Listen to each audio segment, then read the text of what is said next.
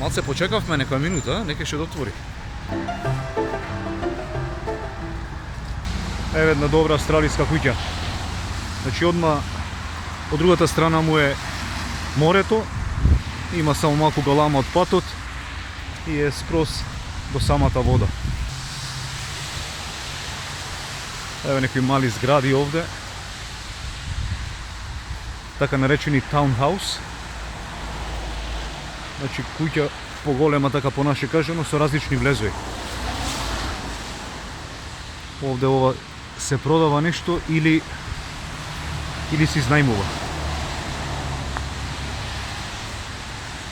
за продажба. Значи се продава, контакт агент, името и телефонот од агентот. Значи една од овие овде.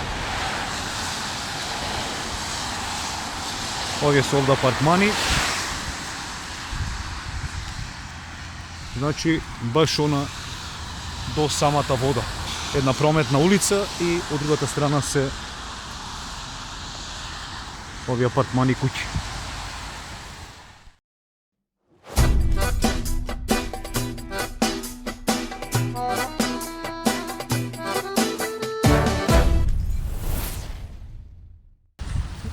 Тоа е тоа.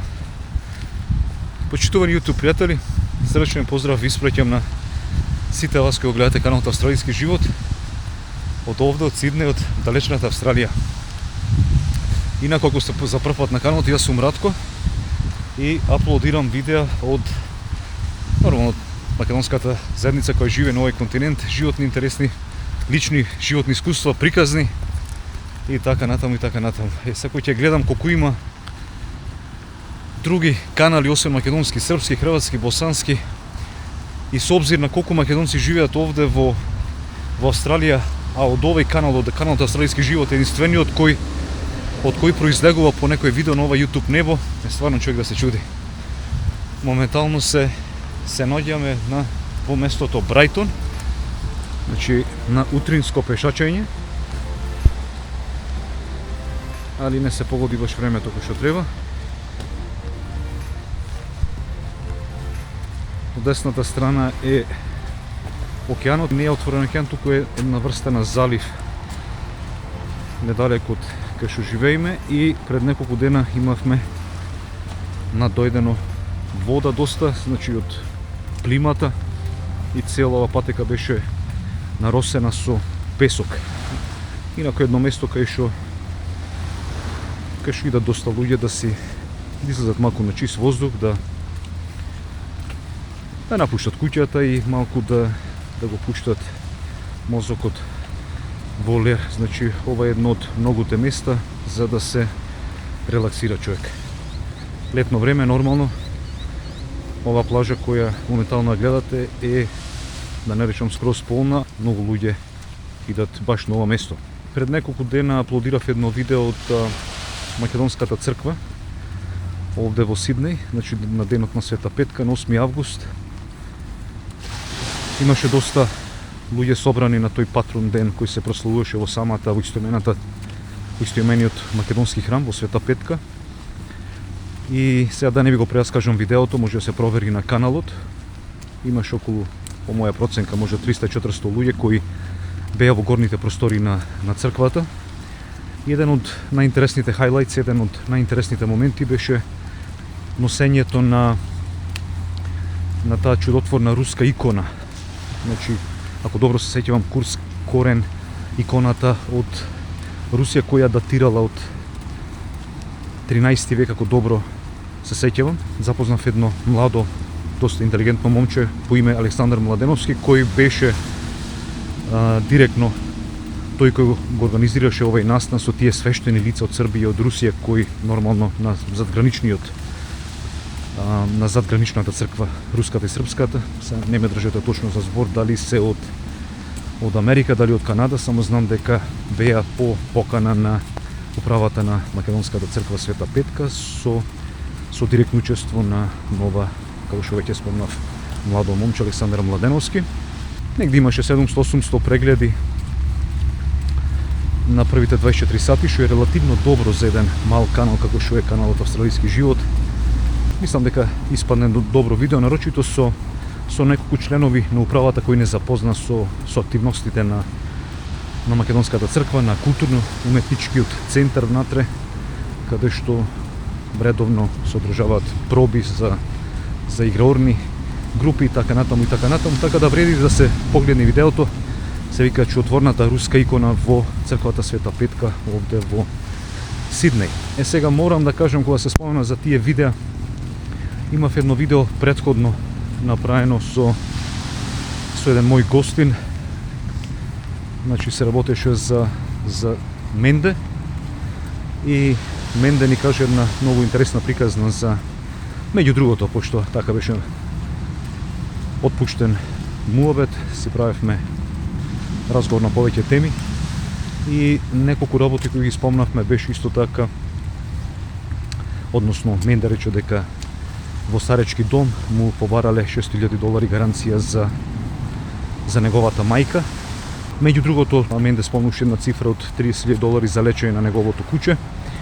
Сега такви хайлайтс, например, како и од секој видео, јас обично кој ќе го земам видеото, кој ќе го снимам цело, знам да исечам, да направам мали делчиња и да ги поставам на TikTok, кои сметам дека се интересни.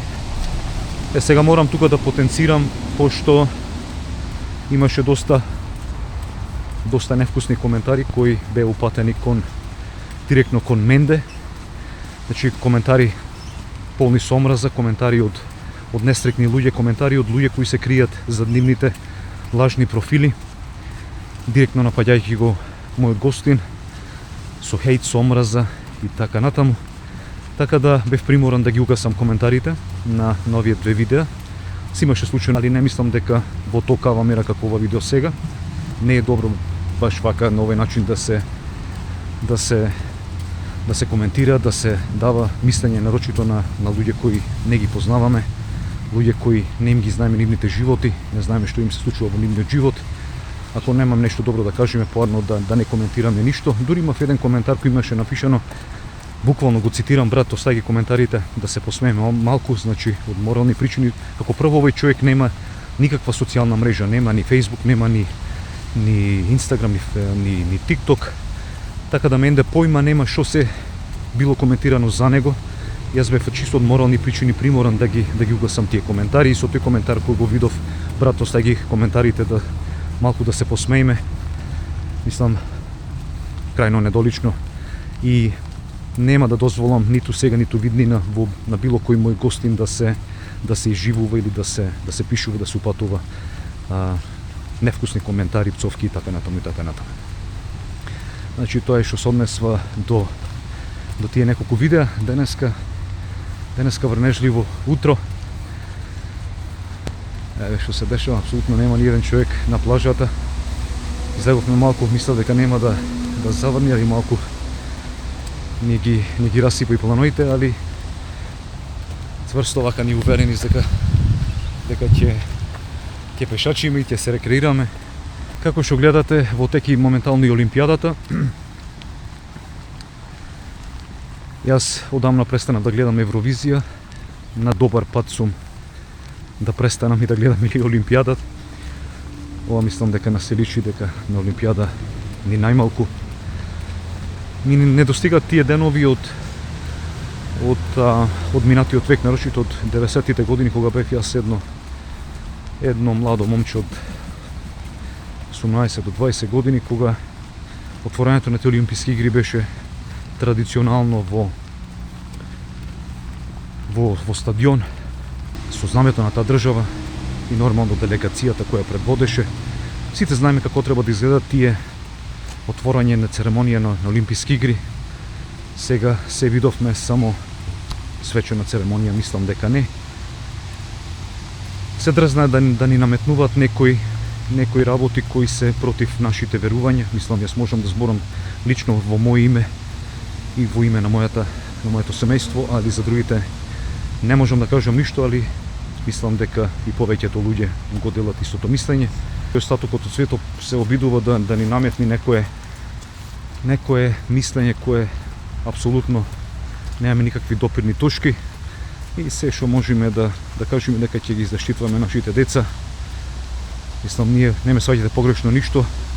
Јас немам ништо против, секој си е свој човек. Немам апсолутно намера да му се мешаме во животите на луѓето, како прво не е христијански. Значи во 4 зида луѓето може да прават што сакат, али кога се работи веќе на отворено место, мислам дека треба малку да се соземат. Прочитав една статија пред некое време дека нагло се зголемал бројот на хомосексуалци секоја година. Значи дупло се зголемал секоја година. Ако е тоа вистина дека дупло се зголемва бројот на хомосексуалци секоја година, па луѓе, па ние за 50 години или ќе станеме сите хомовци, или ќе не снеме од земјата.